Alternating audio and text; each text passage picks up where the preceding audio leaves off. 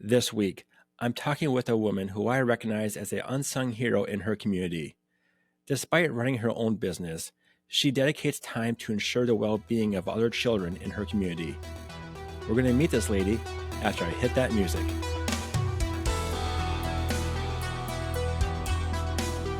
Joining me this week is community advocate Elizabeth Hanke. Elizabeth, thank you so much for coming on my podcast today. I appreciate that you invited me. Thank you for having me on. Elizabeth, you run a business full time. How do you find time to fight for the kids' rights in your community? So I do, I own an escape room, which is my full-time business. And I think the reason that I care or advocate so hard is that I found out in running a business that if you do not take care of those problems, they just become larger problems. And so, in part, being a member in the community, but also having kids and hosting exchange students from around the world, I noticed a decline in academic standards. And when you're doing more research, it's not just those academic standards, but it's also behavioral issues that aren't being addressed. And it goes further into the way that we listen to each other as a community. So, what made you want to take a stand and, speak up for the community? And when you did that, was there any repercussions along the way that could affect your business? There were two kind of turning points in my life. One is I listened to Brett Weinstein and his testimony as a university professor at Evergreen University and what he went through having students attack him and push him off campus. And then, in addition to that, our local school system adopted a bunch of policies based on Portland Public Schools. And I was already very familiar with what was happening at Portland Uh, Public I'm not Schools. familiar with Portland Public Schools. Can you give me a quick little rundown? Yeah, so they had a high truancy rate, and when we passed our new framework in our school, it was 3 years ago. It was during that COVID period, and they worked with the Minnesota Equity Alliance to pass a framework based off of Portland's. Well, Portland already had high truancy, lowering test scores, and a lot of students leaving their district 3 years ago. And so just thinking, well, gosh, they're basing this framework off of Portland. This is likely not going to go well for our So, district. I'm hold on a sec. They knew about Portland's low test scores before they say, "Oh, look at that school. We wanna be just like them." Yeah. So how it was going to be, or how it was kind of sold to the district, is that this equity framework was going to create better listening and harmonious relationships through our entire community, and that we listen to the voices first that may not have historically been listened to in the past. But when they passed or when they did their surveys for this framework, they only surveyed uh, people of color in order to get this framework. For this framework, but of the people, it was only actually 3% of our of the population of the people of color, and less than 1% of the city's population. So And then based off of those um, surveys is how the school district ended up passing the framework. so taking the race out of it for a second, they sold this framework. Did they show data like, "Hey, we have great attendance now. Our kids' grades are improving." Did they show that data of how great this framework is? Not to my recollection. It was really based on lowering the disparities between populations and not necessarily raising the academic standards among all populations. Okay, so Portland already had the low test scores, low attendance. They already had this data, and they presented to the school system, and they kind of spun it a different way, but then did they fully disclose? what their attendance and their scores were? Because now, as I've been watching the school board meetings myself, we're not really good either. Our readings math scores are pretty low as well. So are we looking like Portland now? Or was there I feel like we were sold something that wasn't 100% real, Well, like really and a good for couple our things kids. that happened during that time is, by the time they voted on this framework, they were having in-person meetings, but a lot of the, discussion was happening over Zoom and, not in person because it was still during that, COVID timeline, and, I mean, we're meeting over Zoom now, but there is some nuance lost when you're not meeting in person, trying to get the timing right of asking questions if somebody has their hand raised or having to sign up in advance to speak. You just lose something when you're not in person. So I think that was part of the reason. When Did the this framework cost money? Did this Yes, it cost. I can't. It was between $60,000 and $70,000 is what the district spent on it.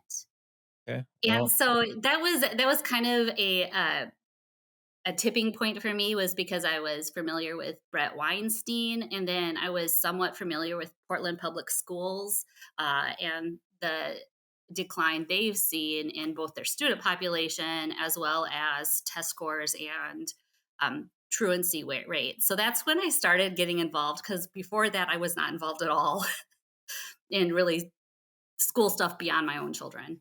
do you have kids at that time currently in school? Is that how you found out about the low test scores?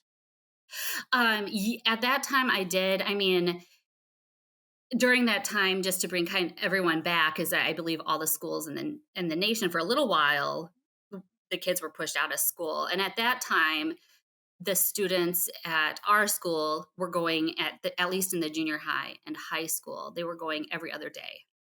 So, and the thought behind that was like it gives them additional space within the classrooms to separate out students. So you've got A day and B day students and then a day of cleaning. So some students like went Monday, Thursday, and then Tuesday, Friday, and then Wednesday was a day to clean. So that happened during that time frame that the kids in the junior high and high school weren't even full time in schools. And my kids were actually not in school at that time. I did actually homeschool them with a homeschool co-op that year. Okay, so maybe you probably don't know this, but I live in the same community as Elizabeth does, and I never heard of the low test scores until just recently, and I have kids, young kids and older kids as well, and a kid in junior high right now. So, um, how'd you get that information? Are they making this public? I don't see much much of Going this being on. publicized. Yeah. It isn't heavily publicized, no, and I think in part because I'm a business owner, I just, am curious and I don't stop until I find things, but the really nice thing about the state of Minnesota is we do publish, our, uh, grades, attendance, the test scores on the Minnesota, standardized test. Those are published as well as the, truancy rates for all our schools are published on a state site. So you can go ahead and look those up. And in addition to that, I looked up how to do Minnesota data requests, and I have done data requests of the state of Minnesota for district data as well as our local school as well. So anybody can look up how to do it. You can just go to your state and put in data requests. They're sometimes called FOIA, Freedom of Information Act requests. But you can look at things such as things that I've looked for in the past are people enrolled in AP classes. I wanted to see if our science, technology, engineering, and math AP classes had the same enrollment as before. You can look at different disparities. Again, on that state site, I've looked at attendance rates by grades. Anything you can really think of asking, as long as there's data for it, you can get from your school. Yeah, and I know we're getting kinda off topic about bullying here, but I promise listeners we are getting to it. Because Elizabeth, once you start poking around of asking questions, why? Well, first of all, what was the first thing you approached your community with as a concern?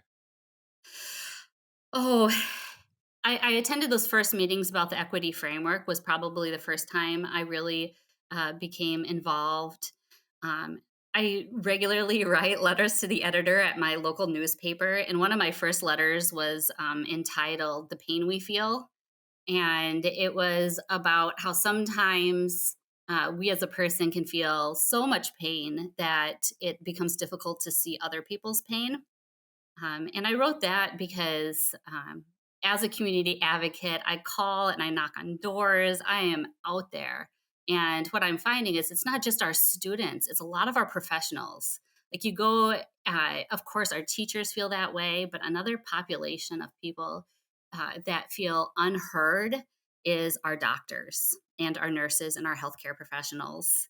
So when I wrote that letter, I was really thinking of them, um, and hoping that maybe people would take a step back and think, well, gosh, I'm having a bad day, but potentially, maybe the pain I feel is preventing me from having empathy and understanding the pain other people feel.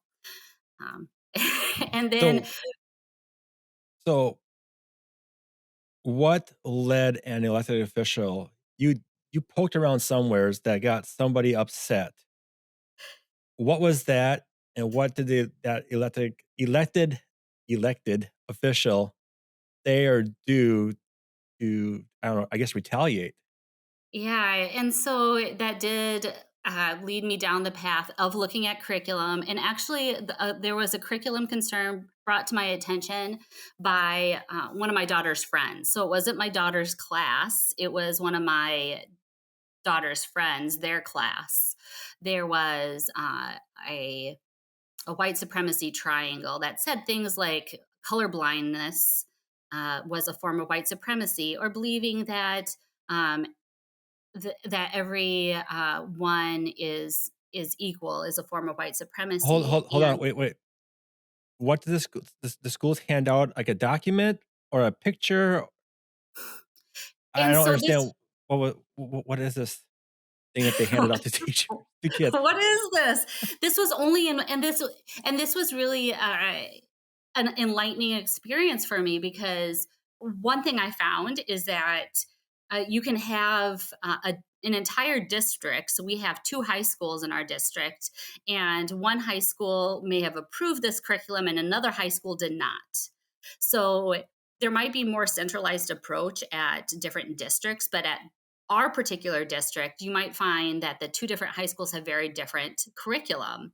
Well, okay, And that's a topic for a different conversation. That doesn't make yes, any so sense. it wasn't in every class, it was in one English 10 class, Okay. and it was presented along with a book, but it really didn't discuss the book at all. So that was kind of their argument, was that this book was a good resource and thus they can use this triangle. And I'm like, "No, this is two separate issues."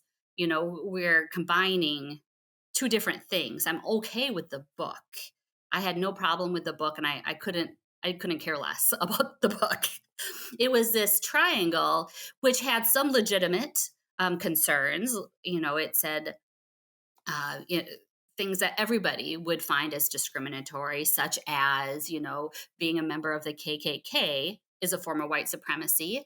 But it also would say things like, again, that color blindness was also a different form, but a form of white supremacy.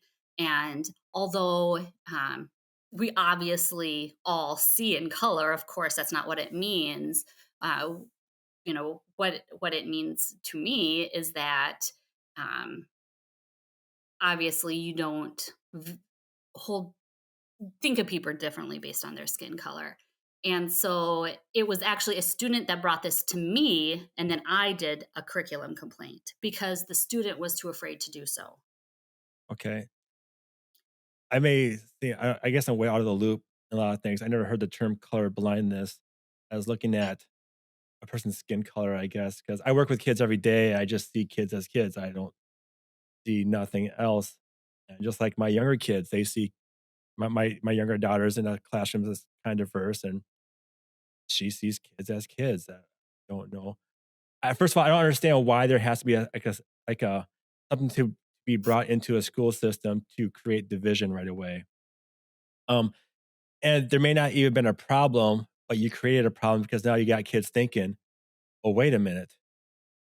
This person might only like me because I'm this way, or they might not like me because of this way." Then you get now you're putting thoughts into kids' heads that were not even there in the first place.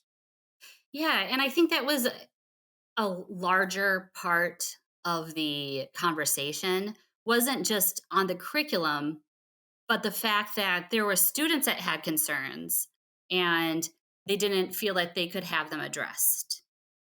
And so that becomes the larger issue is Well, they would why am probably be I addressed here? they would be called racist if they did. Yes. And the teacher that was using that curriculum, she was a newer teacher and she was not renewed the following year. So I don't know if that curriculum, I don't think it's being used any longer in our district. But I believe that the larger issue is that the students don't feel like they had anyone to advocate to, right? They obviously the teacher liked this curriculum, so not the teacher, but even in that case, there's of course fabulous teachers and we also have some bad ones. But if you end up with a bad one, you should at least feel that there is somebody else within the school you can advocate to in order to get help. And so that was, the overwhelming message I would have liked for the community and our school board to understand. And as far as like problems that I had, occasionally, I would get, Facebook messages that were somewhat threatening, or, Okay, so hold I, on. Let's talk about this now. So now here comes the bullying part of this whole conversation piece. Now we have a nice good backstory. yeah. So you stuck up for a piece of curriculum that did the school board approve that curriculum to be taught, or did the teacher just thought she could do it anyways? So how it was approved, from my understanding, talking to the building principal, was that different departments can approve their own curriculum. So it Okay. was locally approved by a department, Okay. and the school board can approve or deny curriculum. Thus, the curriculum complaint. Okay. But in this case, prior to the curriculum complaint, they may have been unaware. I'm not sure. Okay. So because you've done of that, your local newspaper ran a story about that, about you, you know, bringing that attention public. Yeah. Now, what were the repercussions? Because you are a business owner. What were the repercussions of this now? And again, like privately, people would message and maybe call me names. I had actually posted the article to a mom's group on Facebook, and people who ran the mom's group were being harassed by community members and threatened. And So they were and upset at you for I'm you, lost. the people that were threatening the moderators of the Facebook group wanted the Facebook group to take my post down because I posted the curriculum complaint as well as the curriculum that was being taught. And so there were people, activists, that were actually harassing the moderators.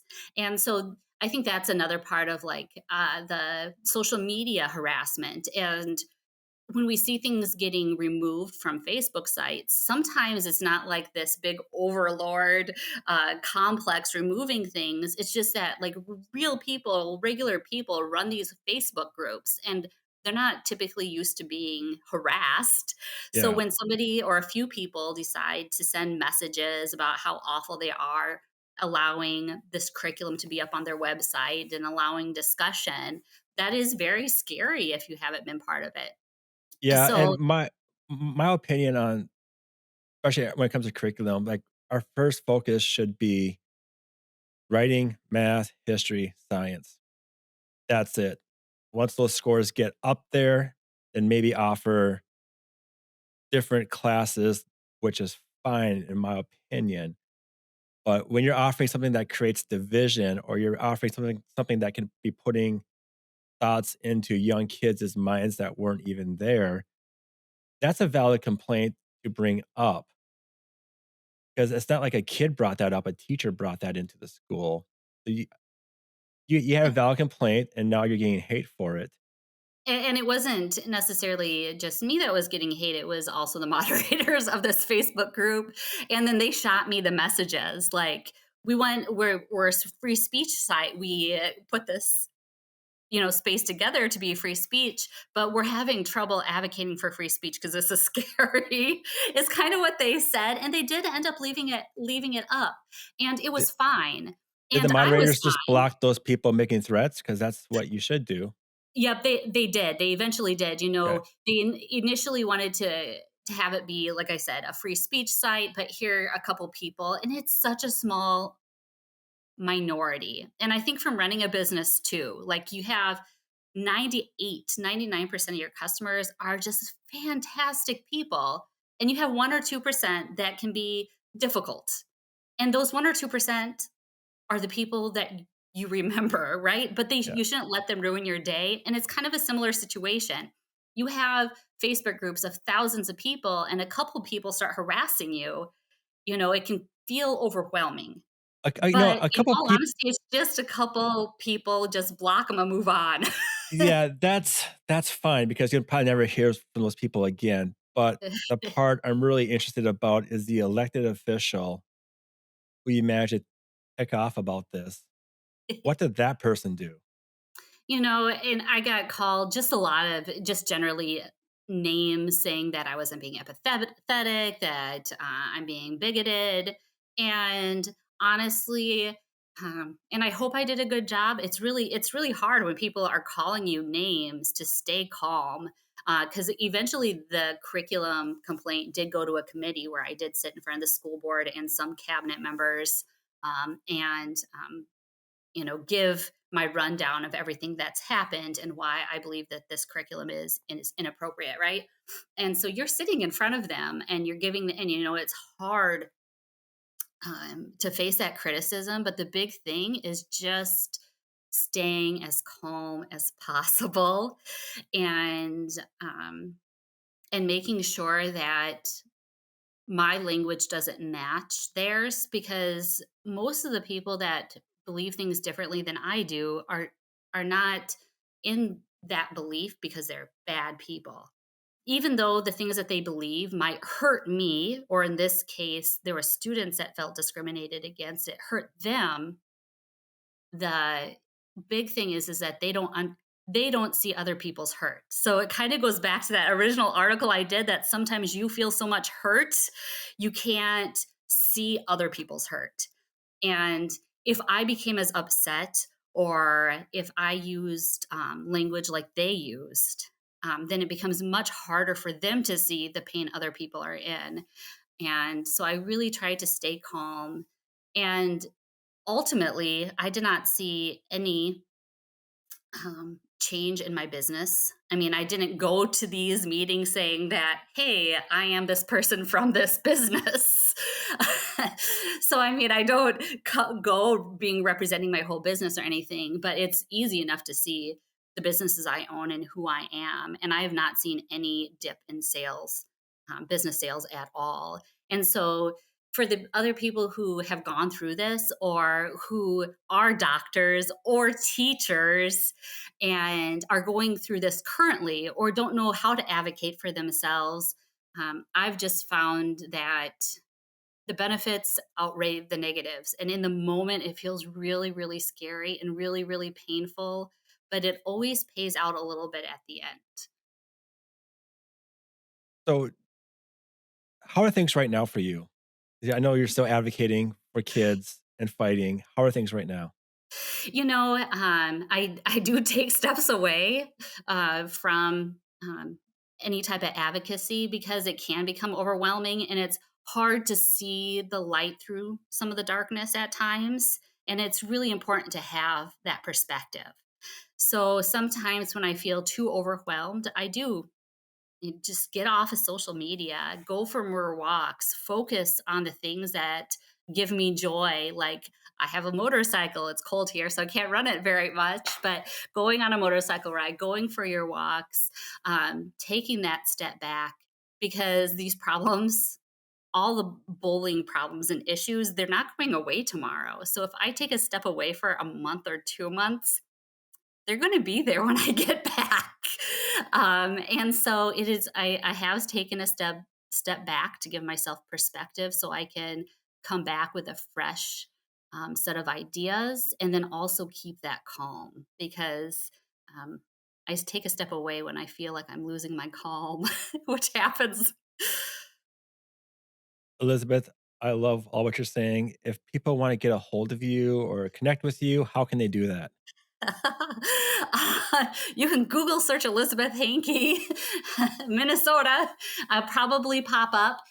There is an Elizabeth Hanke that is also an economist, I think, at the Heritage Society when I'm doing my own Google searches.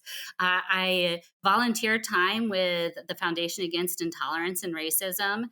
I think Coleman Hughes, Abigail Schreier are all members on the board, and so you can also email me at elizabeth.hanke@fairforall.org and get a hold of me that way. And how do you spell all that? so FAIR is FAIR, just FAIR, and it does stand for the Foundation Against Intolerance and Racism. We have different members throughout the country.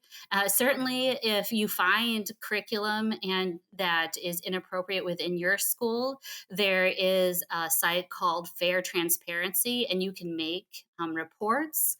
So, and that goes for if you've been discriminated against, regardless of race, you can go ahead and do a fair transparency report. And they do have lawyers that will follow up with you. And sometimes it's legal action and they'll partner with a local law firm. And sometimes it's just simply helping you advocate and writing documents for you, or helping you learn how to do FOIA requests to get more information. But it's just FAIR, fair, and then for all is FORALL.org, Fair for All. Okay. And your last name is Hanke. That's kind of what I was getting at. Oh, Elizabeth Hanke, Hanke. Yes. Sorry I about will that. include your email into the show notes. Again, Elizabeth, thank you so much for coming on today. I appreciate you having me on, Tim. Thank you.